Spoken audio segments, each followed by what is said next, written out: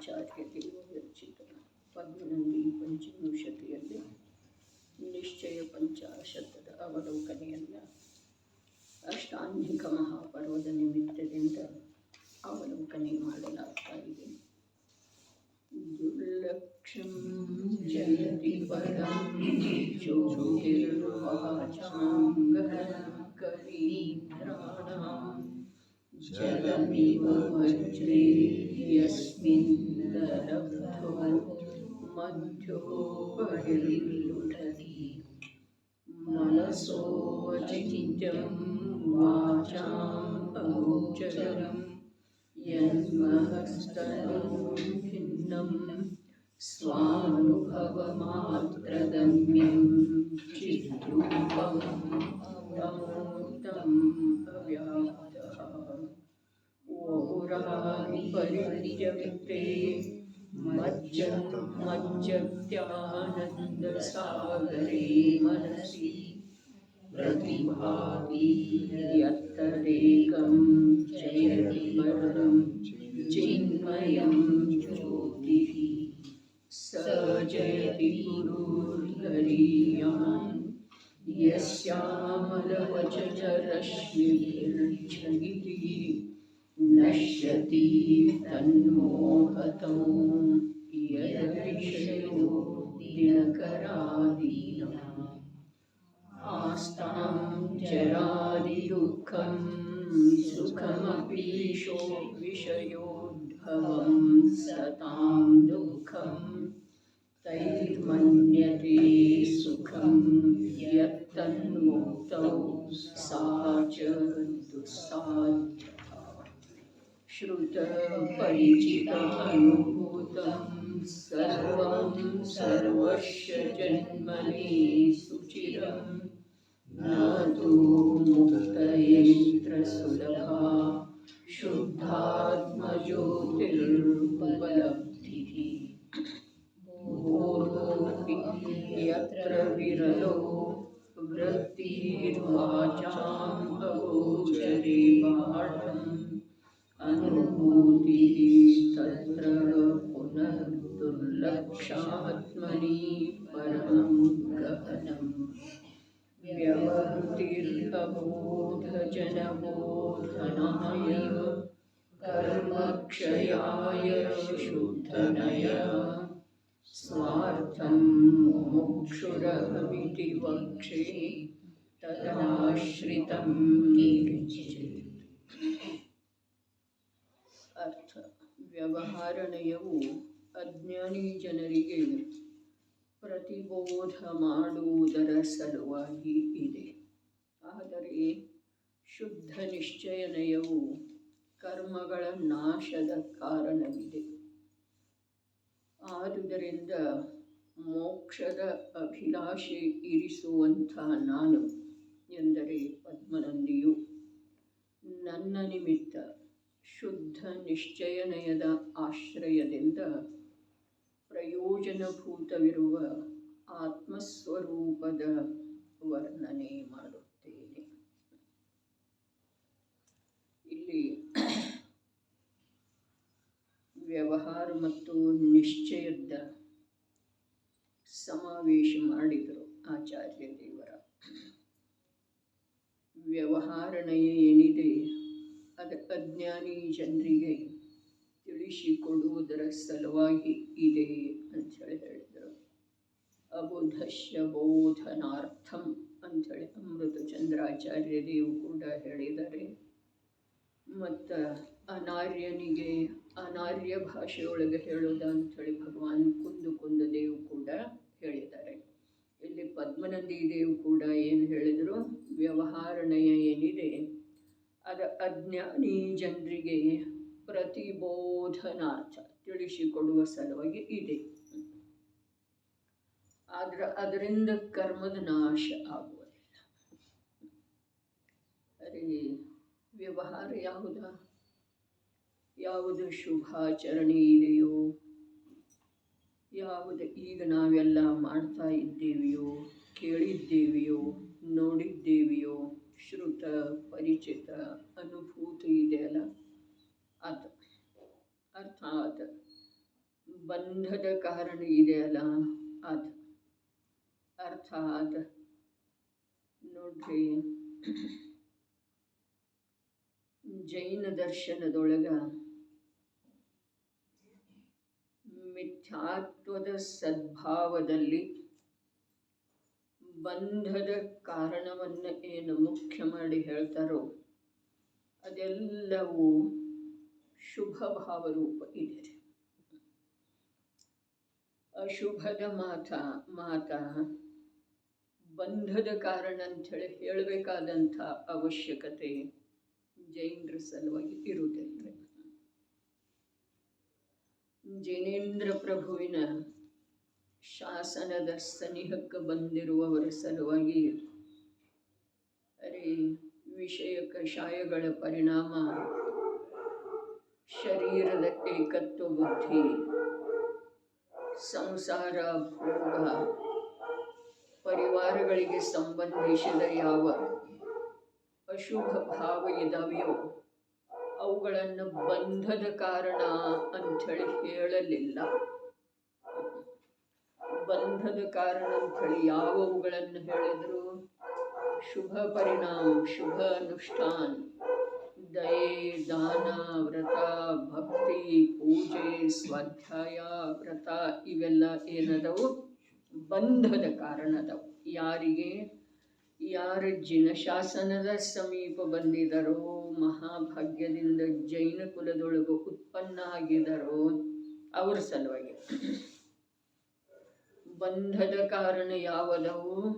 ಶುಭ ಅನುಷ್ಠಾನಗಳು, ದೇವ ಪೂಜಾ, ಗುರುಪಾಸ್ತಿ, ಶಾಸ್ತ್ರ ಸ್ವಾಧ್ಯಾಯ, ಸಂಯಮಮಯ ಜೀವನ, ವ್ರತಗಳ ಆಚರಣೆ, ಏನೇನು ಇದೆಯೋ ಅದೆಲ್ಲವೂ ಬಂಧದ ಕಾರಣ ಇದೆ. ಯಾರ ಸಲುವಾಗಿ?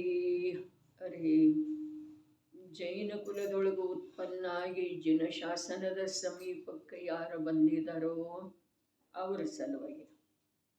ಹಾಗಾದ್ರೆ ಅಶುಭ ಪರಿಣಾಮಗಳ ಬಂಧದ ಕಾರಣ ಇಲ್ಲೇನಾ? ಅವು ಸಮಸ್ತ ಜಗತ್ತಿನ ಜೀವರುಗಳ ಸಲುವಾಗಿ ಬಂಧದ ಕಾರಣ ಇದ್ದಾವೆ. ಹಾಗಾದ್ರೆ ಇವ್ರ ಸಲುವಾಗಿ ಇವು ಬಂಧದ ಕಾರಣ ಯಾಕ ಅಂತಂದ್ರ, ಜೈನ ಕುಲದೊಳಗೆ ಉತ್ಪನ್ನ ಆಗಿರುವುದರ, ಜಿನಶಾಸನದ ಸನ್ನಿಧಿಗೆ ಬಂದಿರುವುದರ ಪ್ರಯೋಜನ ಒಂದು, ಅನಾದಿ ಬಂಧದ ವಿಚ್ಛೇದ ಮಾಡುವುದು ಒಂದೇ ಇದೆ. ಶುಭದೊಳಗೆ ಬರೋದ, ಪುಣ್ಯ ಬಂಧ ಮಾಡಿಕೊಳ್ಳೋದ, ಅನಂತ ಸಂಸಾರ ರೂಪದಿಂದ ಪರಿಣಮನ ಮಾಡೋದ, ಇದು ಜೈನ ಕುಲದೊಳಗೆ ಉತ್ಪನ್ನ ಆಗಿರುವಂಥ ಭಾಗ್ಯಶಾಲಿ ಜೀವರುಗಳದ ಕರ್ತವ್ಯ ಅಲ್ಲ. ಅದರಲ್ಲೇ ಕೂಡ ಜಿನಶಾಸನದ ಸಾನ್ನಿಧ್ಯವನ್ನು ಪಡೆದಿರುವಂಥ ಜೀವರುಗಳ ಸಲುವಾಗಿ ಏಕಮೇವ ಅದ್ವಿತೀಯ ಕಾರ್ಯ ಇದೆ. ಶುಭದಿಂದ ಹೊರಹೊರಟು ಅಬಂಧ ಮಾರ್ಗ ಶುದ್ಧ ಸ್ವಭಾವದ ಆತ್ಮನ ಅಥವಾ ಜ್ಞಾತಾ ತತ್ವದ ಜ್ಞಾಯಕ ಪ್ರಭುವಿನ ಆಶ್ರಯ ಮಾಡೋದು, ಅರ್ಥಾತ್ ಜ್ಞಾತಾ ರೂಪದಿಂದ ಪರಿಣಮನ ಮಾಡೋದು. ಅದರಿಂದ ಕರ್ಮ ನಿರ್ಜರೆ ಆಗ್ತಿದೆ. ಕರ್ಮ ನಿರ್ಜರೆ ಮಾಡೋದ ನಮ್ಮ ಜೀವನದ ಪ್ರಯೋಜನ ಇದೆ. ಯಾವುದೇ ಪ್ರಕಾರದ ಬಂಧ ಮಾಡಿಕೊಳ್ಳೋದ ನಮ್ಮ ಜೀವನದ ಪ್ರಯೋಜನ ಅಲ್ಲ ಅನ್ನೋದನ್ನು ನಾವು ಮೊದಲಿಗೆ ನಂಬಬೇಕಾದಂಥ ವಿಷಯ ಇದೆ. ಶುಭದೊಳಗೆ ಬಂದ ನಂತರ ಅದು ದುರ್ಬಲತೆ ಇದೆ ರೀ. ಶುಭದೊಳಗೆ ವರ್ತಿಸುವುದ ನಿಜವಾಗಿ ಜೀವದ ದುರ್ಬಲತೆ ಇದೆ. ಮತ್ತು ಆ ದುರ್ಬಲತೆಯೊಳಗನ ಮಹಾನತೆಯನ್ನು ಮನ್ನಿಸಿದರೆ ಆ ಜೀವ ಮೋಕ್ಷ ಮಾರ್ಗದೊಳಗೆ ಅಥವಾ ಅಬಂಧ ಮಾರ್ಗದೊಳಗೆ ಹೇಗೆ ಬರೋದ ಹೇಳ್ರಿ? ಸಾಧ್ಯನೇ ಇಲ್ಲ. ಅದಕ್ಕೆ ವ್ಯವಹಾರ ಏನಿದೆ ಅದ ಅಜ್ಞಾನಿ ಜೀವರುಗಳ ಪ್ರತಿಬೋಧನಾರ್ಥವಾಗಿ ಇದೆ. ಹಾಗಾದರೆ ನಾವು ಅಜ್ಞಾನಿ ಅಲ್ಲನ? ನಾವು ಅಜ್ಞಾನಿ ಅಲ್ಲನ,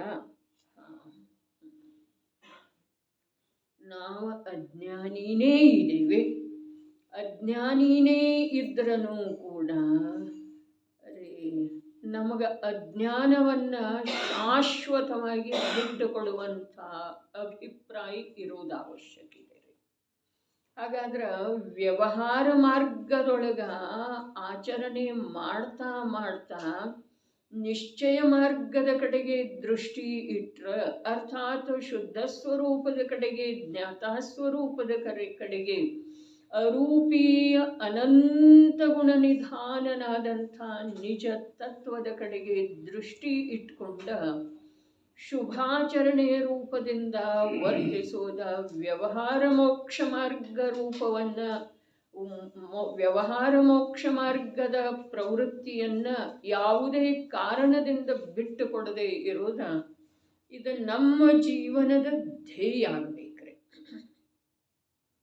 ಅದಕ್ಕೆ ಪದ್ಮನಂದಿ ಆಚಾರ್ಯ ಏನು ಹೇಳಿದರು, ನನಗೆ ಕರ್ಮಗಳ ನಿರ್ಜರೆ ಮಾಡೋದಿದೆ. ಆಚಾರ್ಯ ಭಗವಂತರ ನಾನು ವ್ಯವಹಾರದಿಂದ ಅಜ್ಞಾನಿ ಜೀವರುಗಳಿಗೆ ತಿಳಿಸಿಕೊಡ್ತೇನೆ ಅಂಥೇಳಿ ಹೇಳಿಲ್ರಿ. ಹಾಗಾದ್ರೆ ಏನು ಹೇಳಿದಾರೆ? ವ್ಯವಹಾರ ಮಾರ್ಗವನ್ನ ಸರ್ವಜ್ಞ ಪ್ರಭುಗಳ ಅಜ್ಞಾನಿಗಳಿಗೆ ತಿಳಿಸಿಕೊಡುವ ಸಲುವಾಗಿ ಹೇಳಿದ್ದಾರೆ. ಆದರೆ ಅದರಿಂದ ಕರ್ಮಕ್ಷಯ ಆಗುವುದಿಲ್ಲ. ಹಾಗಾದರೆ ನಾನು ವ್ಯವಹಾರ ಮಾರ್ಗದೊಳಗೆ ಸಾವಧಾನನಾಗಿ ಇರದೆ, ವ್ಯವಹಾರ ಮಾರ್ಗದೊಳಗೆ ಸ್ವಲ್ಪ ಕೂಡ ದೋಷ ತಗಲದೇ ಇರುವ ಹಾಗೆ ವರ್ತಿಸುತ್ತ ನಿಶ್ಚಯ ಮಾರ್ಗ ಅರ್ಥಾತ್ ಶುದ್ಧ ನಿಶ್ಚಯ ಅರ್ಥಾತ್ ಆತ್ಮಸ್ವಭಾವದೊಳಗೆ ಸ್ಥಿರವಿರುವಂಥ ಉದ್ಯಮ ಮಾಡ್ತೇನೋ ಅಂಥೇಳಿ ಹೇಳಿದ್ದಾರೆ. ನಿಮಗೆ ಯಾವ್ದು ಬೇಕೋ ಅದನ್ನು ನೀವು ಮಾಡ್ರಿ ಅಂಥೇಳಿ ಕೂಡ ಹೇಳಲಿಲ್ಲ. ಯಾಕೆ ಅಂತಂದ್ರೆ ಅವರು ಉಪದೇಶಕರಾಗಿ ನಿಂತೇ ಇಲ್ರಿ. ಅವರ ಜಿನೇಂದ್ರ ಪ್ರಭುವಿನಿಂದ ಉಪದಿಷ್ಟವಾದಂಥ ವ್ಯವಹಾರ ಮತ್ತು ನಿಶ್ಚಯ ಮೋಕ್ಷ ಮಾರ್ಗವನ್ನು ಪ್ರತ್ಯಕ್ಷ ತಿಳಿದುಕೊಂಡು ವ್ಯವಹಾರ ಮೋಕ್ಷ ಮಾರ್ಗದೊಳಗ ಇರುವಂಥ ಸಾವಧಾನತೆಯನ್ನು ಬಿಟ್ಟು ಲಕ್ಷಿಡೋದ್ರೆ ವ್ಯವಹಾರ ಮೋಕ್ಷ ಮಾರ್ಗದ ಕುರಿತಾಗಿ ಇರುವಂಥ ಸಾವಧಾನತೆಯನ್ನು ಬಿಟ್ರೂ ಕೂಡ ವ್ಯವಹಾರ ಮೋಕ್ಷ ಮಾರ್ಗದೊಳಗೆ ಯಾವುದೇ ಅತಿಚಾರ ದೋಷ ಬರದೇ ಇರುವ ಹಾಗೆ ನಿಶ್ಚಯ ಮೋಕ್ಷ ಮಾರ್ಗದೊಳಗೆ ಹೋಗ್ತಾರೆ. ಅತಿಚಾರ ದೋಷ ಯಾವಾಗ ಬರ್ತಿದೆ? ವ್ಯವಹಾರದೊಳಗನ ಉಳಿದ್ರೆ ಬರ್ತಿದೆ. ಅರೆ, ವ್ಯವಹಾರ ಎಷ್ಟೇ ಪರಿಶುದ್ಧ ಇದ್ರೂ ಕೂಡ ವ್ಯವಹಾರವನ್ನೇ ತನ್ನ ಜೀವನದ ಧ್ಯೇಯ, ಗುರಿ, ಕರ್ತವ್ಯ ಅಂಥೇಳಿ ಮನ್ನಿಸಿ ಯಾವನಾದರೂ ಸಾಧಕ ಜೀವ ಅಲ್ಲೇ ಉಳದ, ಅಲ್ಲೇ ತೃಪ್ತಾದ ಅಂತಂದ್ರೆ ಅದು ಅತಿಚಾರ ದೋಷ ಇದೆ ರೀ. ಅದು ದೋಷನ ಇದೆ ರೀ. ಮೋಕ್ಷ ಮಾರ್ಗದೊಳಗ ಅಥವಾ ಬಂಧದ ನಿರೋಧ ಮಾಡುವಂಥ ಮಾರ್ಗದೊಳಗ ಸಾಗುವಂಥ ಚತುರ್ಥ ಪಂಚಮ ಷಷ್ಟಮ ಗುಣಸ್ಥಾನಾವರ್ತಿ ಜೀವರುಗಳಲ್ಲಿ ಉತ್ತರೋತ್ತರ ವ್ಯವಹಾರದ ಪರಿಶುದ್ಧಿ ಇದೆ. ಯಾವ ಕಾರಣದಿಂದ? ನಿಶ್ಚಯದಲ್ಲಿ ಉದ್ಯಮಶೀಲ ಇರುವುದರಿಂದ. ವ್ಯವಹಾರದೊಳಗ ಉತ್ತರೋತ್ತರ ಪರಿಶುದ್ಧಿ ಇದೆ. 4, 5, 6. 4ಕ್ಕಿಂತ 5ರಲ್ಲಿ ವ್ಯವಹಾರದ ಪರಿಶುದ್ಧಿ ಇದೆ ಅಂತ ಹೇಳ್ತಾ ಇದ್ದೇನ್ರಿ ನಾನು. 5ಕ್ಕಿಂತ 6ರಲ್ಲಿ ವ್ಯವಹಾರದ ಪರಿಶುದ್ಧಿ ಇದೆ. ಆದ್ರೆ ಪ್ರಭು 4ರಿಂದ 5ನೇ ಗುಣಸ್ಥಾನ ಬರಬೇಕಾದ್ರೆ ಅದು ವ್ರತಗಳ ಅಂಗೀಕಾರ ಮಾಡುವುದರಿಂದ, 5 ವ್ರತಗಳನ್ನು ಆಂಶಿಕ ರೂಪದಿಂದ ಪರಿಪಾಲನೆ ಮಾಡುವ ಪ್ರತಿಜ್ಞೆಯ ಧಾರಣ ಮಾಡುವುದರಿಂದ 5ನೇ ಗುಣಸ್ಥಾನ ಬರುವುದಿಲ್ಲ. ಆದರೆ ದೀರ್ಘಕಾಲದ ನಂತರ ಸ್ವಭಾವದ ಸಂಸ್ಪರ್ಶ ಏನಾಗ್ತಾ ಇತ್ತು, ಅದ ಅಂತರಂಗದ ಪುರುಷಾರ್ಥದ ಬಲದಿಂದ ಕಮ್ಮಿ ಸಮಯದೊಳಗೆ ಮಧ್ಯದ ಅಂತರ ಕಮ್ಮಿ ಆಗ್ತಾ ಹೋಯ್ತಲ್ಲ, ಅದರಿಂದ 5ನೇ ಗುಣಸ್ಥಾನ. ಮತ್ತು ಆ 5ನೇ ಗುಣಸ್ಥಾನದಿಂದ ಏನಾಯ್ತ್ರಿ? 5ನೇ ಗುಣಸ್ಥಾನದಿಂದ 6ನೇ ಗುಣಸ್ಥಾನ ಬಂತೇನ್ರಿ? ಇಲ್ಲ. 5ನೇ ಗುಣಸ್ಥಾನದಿಂದ 7ನೇ ಗುಣಸ್ಥಾನ ಯೋಗ್ಯ ಪುರುಷಾರ್ಥ. ಇದೀರಿ 7ನೇ ಗುಣಸ್ಥಾನ ಯೋಗ್ಯ ಪುರುಷಾರ್ಥ ಎಲ್ಲಿ ಮಾಡಿದ? ವಸ್ತ್ರ ಸಹಿತ ಇರುವೆಳೆದೊಳಗೆ ಮಾಡಿದ. ಎಲ್ಲಿ ಮಾಡಿದ? ಪರಿವಾರ ಸಹಿತ ಇರುವೆಳೆದೊಳಗೆ ಮಾಡಿದ. ಎಲ್ಲಿ ಮಾಡಿದ? ಆರಂಭಾದಿ ಕ್ರಿಯೆಗಳಿಂದ ಯುಕ್ತ ಇರುವಂಥ ದಶಾ ವಿಶೇಷದಲ್ಲಿ ಮಾಡಿದ. ಭೋಗಿಸ್ತಾ ಇದ್ದ. ಪರಿವಾರದ ಸಲುವಾಗಿ ಜೀವನೋಪಾಯದ ಕಾರ್ಯ ಮಾಡ್ತಾ ಇದ್ದ. ಅದು ಬೇಕಾದರೆ ರಾಜ್ಯ ನಿರ್ವಹಣೆ ಇರಬಹುದು, ವ್ಯಾಪಾರ ಇರಬಹುದು, ಯಾವುದೇ ಇರಬಹುದು, ಕಾರ್ಯ ಮಾಡ್ತಾ ಇದ್ದ. ಆದ್ರೆ ಆತ 7ನೇ ಗುಣಸ್ಥಾನ ಯೋಗ್ಯ ಉದ್ಯಮ ನಿರಂತರ ಆಂತರ್ಯದೊಳಗೆ ಮಾಡ್ತಾ ಇದ್ದ. ಹೊರಗಡೆ ಏನು ಮಾಡ್ತಾ ಇದ್ದ? ಹೊರಗಡೆ ಪಂಚ ಅಣುವ್ರತದ ಪಾಲನೆ ಮಾಡ್ತಾ ಇದ್ದರೆ ಜೀವನೋಪಾಯ ಭೋಗ ಅದರದ್ದು ಮುಖ್ಯತೆ ಇಲ್ಲ. ಅದರ ಮಧ್ಯದೊಳಗೆ ಇರುವೆಳೆದೊಳಗ ಪಂಚ ಅಣುವ್ರತಗಳ ಪರಿಪಾಲನೆ ಮಾಡ್ತಾ ಇರುವೆಳೆದೊಳಗ ಮಹಾವ್ರತ ಯೋಗ್ಯ ಅಂತರಂಗದ ಶುದ್ಧಿಯನ್ನು ಸಾಧಿಸ್ತಾ ಇದ್ದ. ಅದ್ಭುತ ಮಾತು ಇದೆ. ಈ ಆಂತರ್ಯದ ಮಾತು ತಿಳಿದ ನಂತರ ಎಲ್ಲ ವ್ರತ ಅಭಿಮಾನ ಹೊರಟು ಹೋಗ್ತಿದ್ದೀರಿ ನಮ್ದ. ನಾ ಅದು ಮಾಡ್ತಾ ಇದ್ದೇನೆ, ಇದು ಮಾಡ ಇನ್ನೊಬ್ಬರಿಗೆ ಹೇಳೋದಲ್ಲ, ನಮ್ಮ ಅಭಿಪ್ರಾಯದೊಳಗಿಂದ ಹೊರಟು ಹೋಗ್ತಿದ್ದೀರಿ ಪ್ರಭು. ನಾ ಬಸ್ತಿಗೆ ಹೋಗಿ ಬಂದಲ್ಲ, ಬಾಯೊಳಗೆ ನೀರು ಹಾಕೋದು ಏನು ದೊಡ್ಡ ಮಾತಿದ್ದಾರೆ. ಅದರೊಳಗೆ ನೀರಿನೊಳಗೇನಿದೆ? ಅರ್ಥಾತ್ ಅದನ್ನು ಬಿಟ್ಟುಕೊಡುವ ಮಾತಂತೂ ಸ್ವಪ್ನದೊಳಗೂ ಕೂಡ ತಾವು ವಿಚಾರ ಮಾಡೋದು ಸಾಧ್ಯ ಇಲ್ಲರಿ. ಅದಕ್ಕೆ ಹೇಳುವುದಿದೆ. ಅದು ಯಾವುದರ ಕುರಿತಾಗಿ? ಅರೆ ಸಾಮಾನ್ಯ ಸಾಮಾನ್ಯ ಸಾಮಾನ್ಯದೊಳಗೆ ಸಾಮಾನ್ಯರೇ ಅಂಥ ಕ್ರಿಯೆಗಳ ಕುರಿತು ಧರ್ಮಾತ್ಮ ಅನ್ನಿಸಿಕೊಳ್ಳುವ ಮಟ್ಟಕ್ಕೆ ನಮಗೆ ಅಭಿಮಾನ ಇದೆ ರೀ. ಆ ಸ್ತರದವರೆಗೆ ಅಭಿಮಾನ ಇದೆ ರೀ. ಅದೆಲ್ಲ ಹೊರಟು ಹೋಗ್ತಿದೆ. ಅರೆ ಯುದ್ಧರಂಗದಲ್ಲಿ ಯುದ್ಧ ಮಾಡ್ತಾ ಇದ್ದಾನೆ, ವೈರಿಯ ರುಂಡವನ್ನ ಕತ್ತರಿಸ್ತಾ ಇದ್ದಾನೆ ವೃಕ್ಷದ ಹಾಗೆ. ಭೋಗಿಸ್ತಾ ಇದ್ದಾನೆ. ಏಕಪತ್ನಿ ಅಲ್ಲ, ಸಾವಿರಾರು ಪತ್ನಿಯರು. ಅರೆ ನಮಗೆ ಮಾತು ಗೊತ್ತಿಲ್ರಿ. ನಿಜವಾಗಿ ಪುರುಷನ ಪೌರುಷ ಎಲ್ಲಿದೆ? ಅರೆ ಪುರುಷ ಈ ಪಂಚಮ ಕಾಲದಿಂದಲೋ ಅಥವಾ ತನ್ನ ಪಾತ್ರತೆಯಿಂದಲೋ ಅಥವಾ ಪುರುಷ ಪರ್ಯಾಯಗಳಿಗೆ ಕೊನೆ ಬಂದಿದೆ ಅಂಥೇಳಿಯೋ ಗೊತ್ತಿಲ್ಲ. ಸ್ತ್ರೀಯ ಬೆನ್ನ ಹತ್ತುವಂಥದ್ದ ಪುರುಷನಿಗೆ ಅವಶ್ಯಕತೆ ಏನೂ ಇಲ್ಲ. ಪುರುಷನ ಪೌರುಷ, ಪುರುಷನ ತೇಜ, ಪುರುಷನ ಪುರುಷತ್ವ ಹೇಗಿದೆ ಅಂತಂದ್ರೆ ಹೇಗಿದೆ? ಈ ಲೋಕದ ಹೆಣ್ಣುಗಳಲ್ಲ, ಆದ್ರ ಮುಕ್ತಿ ಲಕ್ಷ್ಮಿಯೇ ಎದ್ದು ಇವನನ್ನು ವರಿಸಲಿಕ್ಕೆ ಬರುವಂಥದ್ದು ಇವನ ತೇಜ ಇದೆ, ಇವನ ಪೌರುಷ ಇದೆ. ಅಂಥದ್ರದ ದ್ಯೋತಕವಾದಂಥ ಅಂಥ ಕಾರ್ಯಕ್ಕೆ ಅನುಕೂಲವಾಗುವಂಥ ಪರ್ಯಾಯ ಇದೆಲ್ಲ.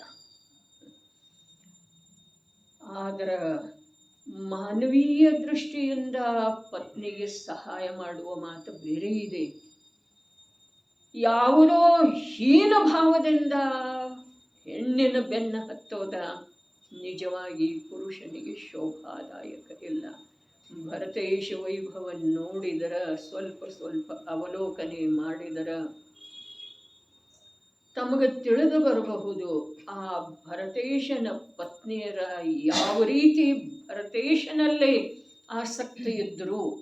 ರತ್ನಾಕರ ವರ್ಣಿ ಹೇಳ್ತಾನೆ, ಆ ಭರತೇಶನನ್ನು ಒಂದು ನೋಟ ನೋಡುವ ಸಲುವಾಗಿ, ಅವನ ಹತ್ತಿರ ನಿಲ್ಲುವ ಸಲುವಾಗಿ ಅವರು ಎಷ್ಟು ಹಾತೊರಿತಾ ಇದ್ರು. ಕಾರಣ ಕೊಡ್ತಾನವ, ಯಾಕೆ ಅಂತಂದ್ರೆ ಅವನ ದೃಷ್ಟಿ ಮೋಕ್ಷಲಕ್ಷ್ಮಿಯ ಮೇಲಿದೆಯಲ್ಲ, ಅವನ ದೃಷ್ಟಿ ಮೋಕ್ಷಲಕ್ಷ್ಮಿಯ ಮೇಲಿದೆ. ಅಂಥ ಪುರುಷ ಪರ್ಯಾಯ ನಮಗೆ ಪ್ರಾಪ್ತ ಯಾವಾಗ ಆಗೋದು? ಅವ ಏನು ಮಾಡ್ತಾ ಇರುವಳದೊಳಗೆ ಎಲ್ಲಿದ್ದಾನೆ, ಏನು ಮಾಡ್ತಾ ಇರುವಳದೊಳಗೆ ಎಲ್ಲಿದ್ದಾನೆ, ಇದನ್ನು ನೋಡುವ ಸಲುವಾಗಿ ಆ ಹೆಂಗಳೆಯರೆಲ್ಲ ಅವನು ಸುತ್ತ ಇರಲಿಕ್ಕೆ ಬಯಸ್ತಿದ್ರಂತ, ಅವನವನ್ನ ದೃಷ್ಟಿಕ್ಷೇಪವನ್ನು ಬಯಸ್ತಿದ್ರಂತ. ಇಲ್ಲಿ ಸುಮ್ಮನೆ ವಿಷಯ ಬಂತು ಅಂಥೇಳಿ ಹೇಳಿತು. ಯಾಕೆ ವಿಷಯ ಬಂತು ಅಂತಂದ್ರೆ, ಪುರುಷ ಗೃಹಸ್ಥಾವಸ್ಥೆಯಲ್ಲಿ ಗ್ರಹ ಕಾರ್ಯದ ನಿರ್ವಹಣೆ ಮಾಡ್ತಾ ಇರುವೆಳೆದೊಳಗೆ ತನ್ನ ದುರ್ಬಲತೆಯಿಂದ ಭೋಗದೊಳಗೆ ಪ್ರವೃತ್ತಿ ಮಾಡ್ತಾ ಇರುವೆಳೆದೊಳಗೂ ಕೂಡ 7ನೇ ಗುಣಸ್ಥಾನ ಯೋಗ್ಯ ಸಾಧನ ಮಾಡ್ತಾ ಇರ್ತಾನೆ. ಇದು ಸಾಮಾನ್ಯ ಮಾತಲ್ಲ. ಮನುಷ್ಯ ಜನ್ಮ ಯಾತಕ್ಕೆ ಪ್ರಾಪ್ತ ಆದದ್ದಿದೆ? ಭೋಗದ ಸಲುವಾಗಿ ಅಲ್ಲ. ಅದೇ ಭೋಗದ ಸ್ವರೂಪ ಏನಿದೆ, ಭೋಗ ಯಾವುದರದ್ದು ಭೋಗಿಸೋದಿದೆ? ಇಂದ್ರಿಯದ್ದೋ, ಇಂದ್ರಿಯ ವಿಷಯಗಳದ್ದೋ, ಶರೀರ ಬುದ್ಧಿದ್ದೋ ಏನ್ರಿ? ಭೋಗ ಯಾವುದರದ್ದಿದೆ? ಅರೆ ಚಿದಾತ್ಮ ಚೈತನ್ಯ ಪುರುಷ ಚಿದಂಬರ ಪುರುಷ ನಿರಂಜನ ಸಿದ್ಧೇ ಅದನ್ನು ಅವ ತನ್ನ ಜ್ಞಾನ ಮತ್ತು ಆನಂದದ ಭೋಗಿಸೋದಿದ್ದೀರಿ. ಶರೀರ ಇದ್ರೆ ಇರಲಿ, ಐಶ್ವರ್ಯ ಇದ್ರೆ ಇರಲಿ, ಇಂದ್ರಿಯಗಳಿದ್ರೆ ಇರಲಿ, ಇಂದ್ರಿಯಗಳ ವಿಷಯಗಳಲ್ಲಿ ಯಾವುದೋ ಕಾಲದೊಳಗೆ ಪ್ರವೃತ್ತಿ ಆಗತಿದ್ರೆ ಆಗಲಿ. ವಿಚಾರ ಮಾಡ್ರಿ, ಯುದ್ಧ ಮಾಡುವಂಥವು, ಭೋಗಿಸುವಂಥವು, ಪರಿವಾರದ ನಿರ್ವಹಣೆ ಮಾಡುವಂಥವು ಗೃಹಸ್ಥ, ಸರ್ವಸಂಗ ಪರಿತ್ಯಾಗಿ ಆಗುವಂಥ ಮುನಿಯೋಗ್ಯ ಸಾಧನೆಯನ್ನು ಎಲ್ಲಿ ಮಾಡಿದ, ಹೇಗೆ ಮಾಡಿದ, ಯಾವಾಗ ಮಾಡಿದ, ಯಾವ ರೀತಿ ಮಾಡಿದ? ನಾವು ಧರ್ಮದ ಸಾಧನೆಯನ್ನ, ಆತ್ಮನ ಆರಾಧನೆಯನ್ನ, ಸ್ವಾಧ್ಯಾಯಾದಿಗಳ ಮೂಲಕ ತತ್ವದ ನಿರ್ಣಯವನ್ನ ಯಾವಾಗ ಎಷ್ಟು ರುಚಿಯಿಂದ ಎಲ್ಲಿ ನಿಂತು ಮಾಡ್ತಾ ಇದ್ದೇವೆ. ಅರೆ ಸ್ತ್ರೀ ಪರ್ಯಾಯದೊಳಗೂ ಕೂಡ ಪಂಚಮ ಗುಣಸ್ಥಾನ ಆಗುತ್ತಿದೆ. ಸಾಮಾನ್ಯ ಮಾತಿಲ್ಲ. ಆತ್ಮ ಇದ್ದಾನೆ. ಪರ್ಯಾಯಗತವಾಗಿ ದಿಗಂಬರ ದೀಕ್ಷೆಯನ್ನು ಧಾರಣ ಮಾಡುವಂಥ, ಅರ್ಥಾತ್ ಆಂತರ್ಯದೊಳಗೆ 7ನೇ ಗುಣಸ್ಥಾನ ಯೋಗ್ಯ ಶುದ್ಧಿ ಸಾಧ್ಯ ಇಲ್ಲದಿದ್ರೂ ಕೂಡ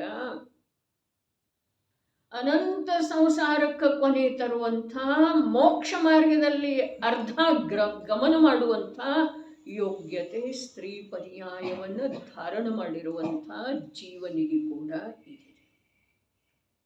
ಇಲ್ಲೇನು ಹೇಳ್ತಾ ಇದ್ದಾರೆ ಆಚಾರ್ಯ ದೇವ? ವ್ಯವಹಾರವನ್ನು ಬಿಟ್ಟುಕೊಡುವ ಮಾತಿಲ್ಲ.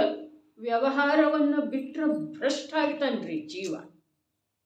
ವ್ಯವಹಾರವನ್ನು ಬಿಟ್ರೆ, ಅರ್ಥಾತ್ ಶುಭ ಭಾವವನ್ನ, ಶುಭಾಚರಣೆಯನ್ನ ಪ್ರಯತ್ನಪೂರ್ವಕವಾಗಿ ಮಾಡಲಿಲ್ಲ ಅಂತಂದ್ರೆ ನಿಯಮದಿಂದ ಈ ಜೀವ ಪಾಪದೊಳಗೆ ಪತನ ಆಗ್ತಾನ್ರಿ.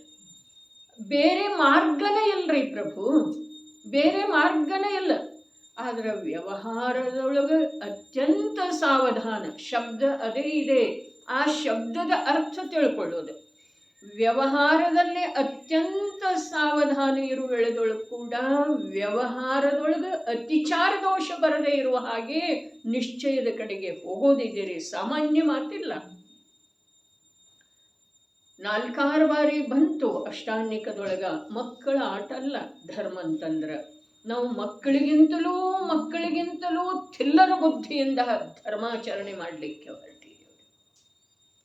ಯಾವುದರೊಳಗ ಧರ್ಮದ ಕಲ್ಪನೆ ಮಾಡಿಕೊಂಡಿದ್ದೇವೆ.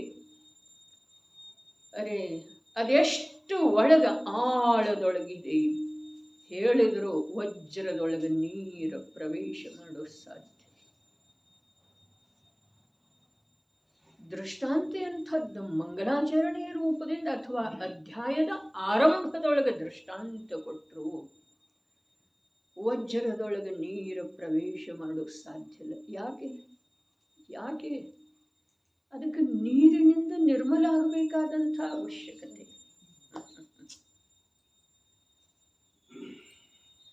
ಆತ್ಮನಿಗೆ ಶಾಸ್ತ್ರದಿಂದ, ಬಾಹ್ಯ ಶುಭಾಚರಣೆಯ ಒಳಗೆ ಹೋಗೋದು ಸಾಧ್ಯ ಇಲ್ಲ. ಯಾಕೆಂತಂದ್ರೆ ಶುಭಾಚರಣೆಯಿಂದ ಅವನನ್ನು ಪವಿತ್ರ ಮಾಡುವ ಅವಶ್ಯಕತೆ. ಬಹಳ ಅದ್ಭುತ ಮಾತು ಆಚಾರ್ಯರೇವು ಎಲ್ಲಿ ಬಂದು ಹೇಳ್ತಾ ಇದ್ದಾರೆ, ನಮ್ಮೊಳಗೆ ಬಂದ ನಮ್ಮಿಂದ ಭಿನ್ನ ಇರುವ ಮಾತು ಹೇಳ್ತಾ ಇದ್ದಾರೆ. ವ್ಯವಹಾರ ನಯವೂ ಅಜ್ಞಾನಿ ಜನರಿಗೆ ಪ್ರತಿಬೋಧ ಮಾಡುವುದರ ಸಲುವಾಗಿ ಇದೆ.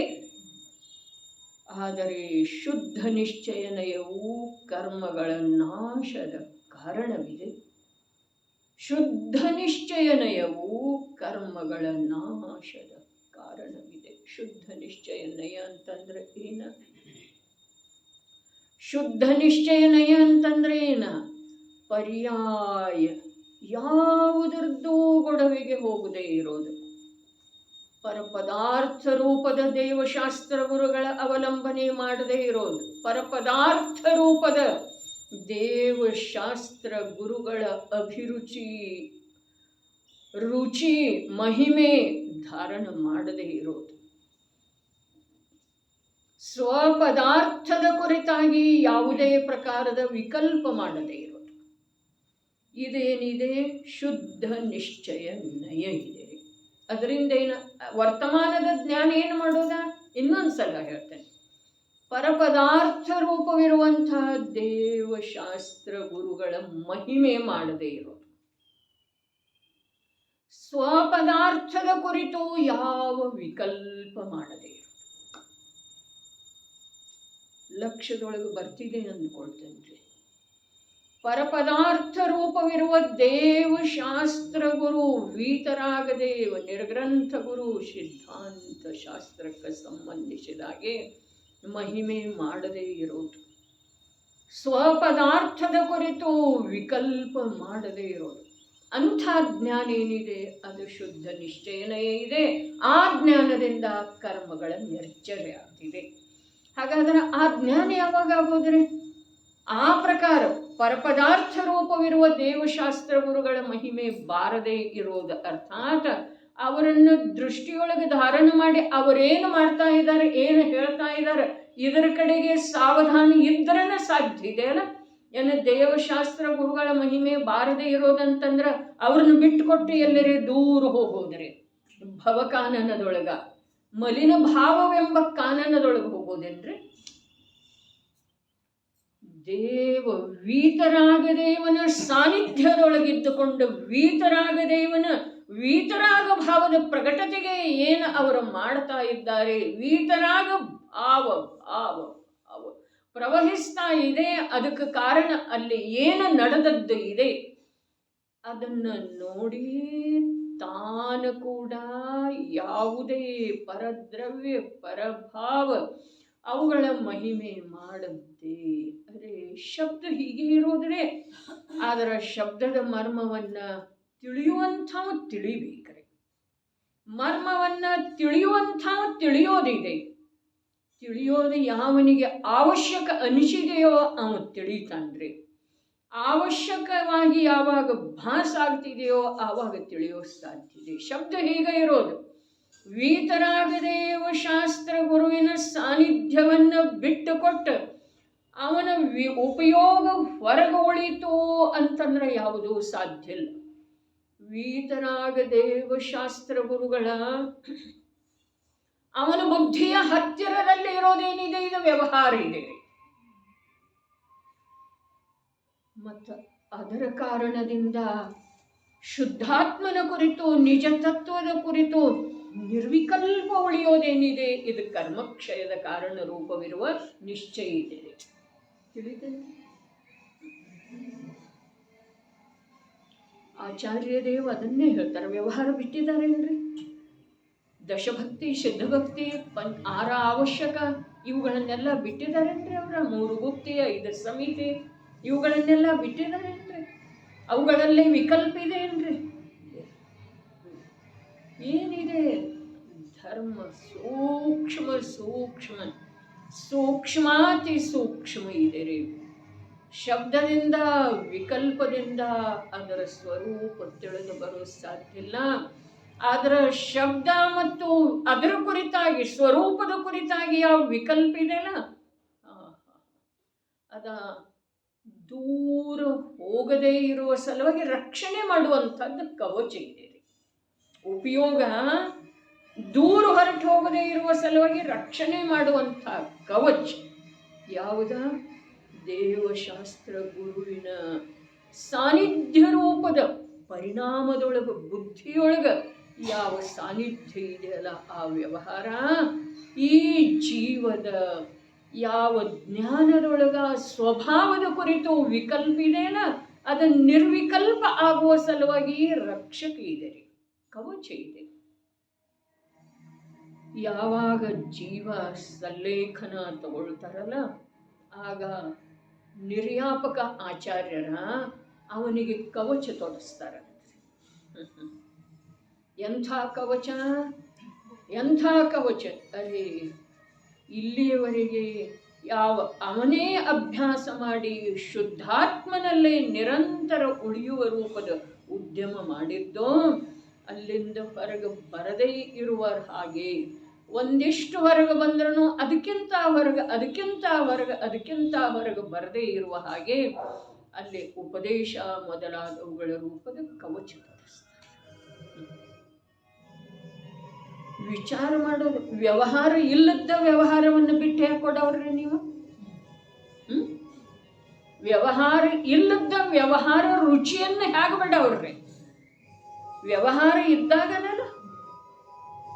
ಅರೇ ಧನ ಇದ್ದಾಗನ ಧನದ ಮೋಹ ಬಿಡೋದಿದೆ. ಧನದ ಕುರಿತಾಗಿ ಯಾವ ಮೋಹ ಇದೆಯೋ ಆ ಮೋಹಕ್ಕ ಆಧಾರ ಯಾವುದಿದೆ ರೀ? ಧನ ಇದೆಯಲ್ಲ.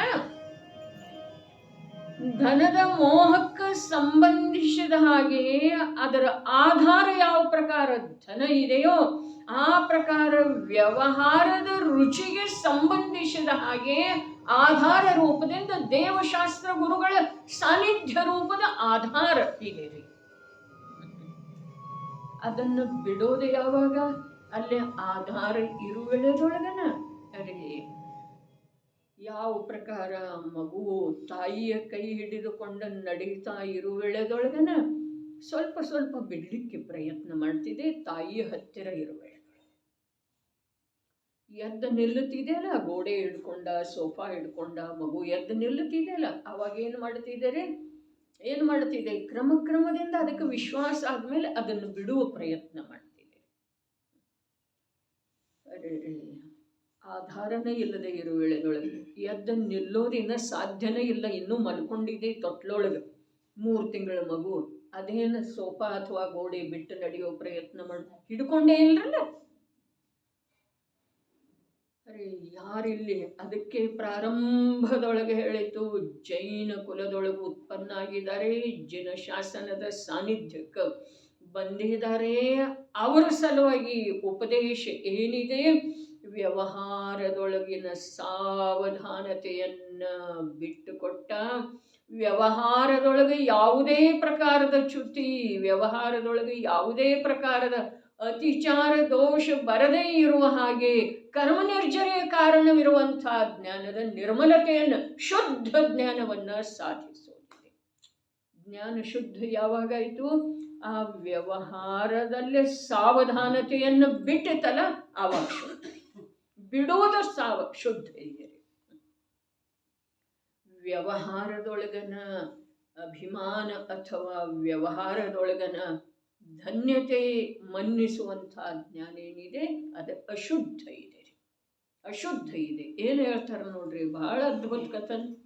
ವ್ಯವಹಾರ ನಯವು ಅಜ್ಞಾನಿ ಜನರಿಗೆ ಪ್ರತಿಬೋಧ ಮಾಡುವುದರ ಸಲುವಾಗಿ ಇದೆ.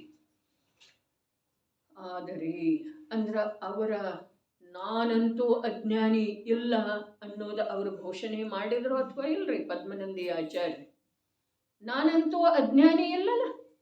ಅಜ್ಞಾನಿ ಯಾರ? ಸಾಮಾನ್ಯವಾಗಿ ಇಲ್ಲಿ ಈ ಕಥನದ ಅನುಸಾರ ಅಂದ್ರೆ ಅಥವಾ ಎಲ್ಲ ಕಡೆಗೇನು ಅಜ್ಞಾನಿ ಯಾರ? ಅಜ್ಞಾನಿ ಯಾರ್ರಿ?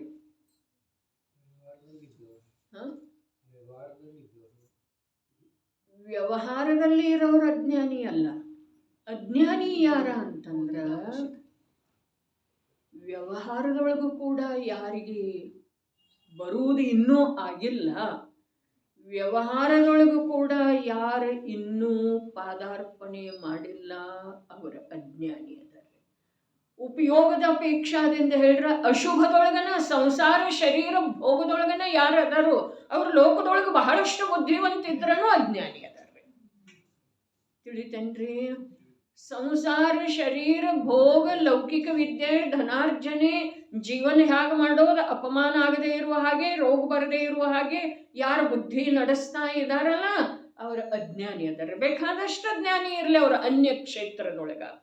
ಆದ್ರ ಮಂದ ಕಷಾಯ ರೂಪದ ಶುಭಾಚರಣೆ ರೂಪದ ಮನ ವಚನ ಕಾಯದೊಳಗೂ ಕೂಡ ಯಾವುದೇ ರೀತಿಯಿಂದ ಸ್ವಲ್ಪ ಪ್ರಮಾಣದಲ್ಲೇ ಶುಭ ಅಥವಾ ಧರ್ಮ ರೂಪದ ಛಾಯೆ ಕಂಡು ಬರುವಂಥದ್ದು ಯಾರ ಜೀವನದೊಳಗೆ ಸನ್ನಿವೇಶ ಇಲ್ಲ, ಉಪಯೋಗ ಇಲ್ಲ, ಉಪಯೋಗ ಸಾಪೇಕ್ಷ ಶುಭೋಪಯೋಗ ಇಲ್ಲ, ಅವರ ಅಜ್ಞಾನಿ ಅದಾರೆ. ಅರ್ಥಾತ್ ಸಂಸಾರ ಶರೀರ ಭೋಗ ಇಹಲೋಕಕ್ಕೆ ಸಂಬಂಧಿಸಿದ ಯಾವ ಈ ಜೀವನ ಇದೆ ಇದುವೇ ತಾನು ಅಂಥೇಳಿ ನಂಬಿಕೊಂಡು ಅಲ್ಲೇ ಯಾರು ನಿಮಗ್ನದಾರಲ್ಲ ಅವರ ಅಜ್ಞಾನಿ ಅದಾರೆ.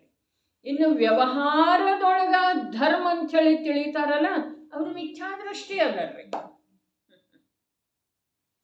ವ್ಯವಹಾರದೊಳಗನ ಕರ್ತವ್ಯ ಅಂಥೇಳಿ ಯಾರ ಧನ್ಯತೆಯ ಅನುಭವ ಮಾಡ್ತಾ ಇದ್ದಾರಲ್ಲ ಅವರು ಮೂರ್ಖದರ ಮಿಥ್ಯಾದೃಷ್ಟಿ ಅದಾರ್ರಿ.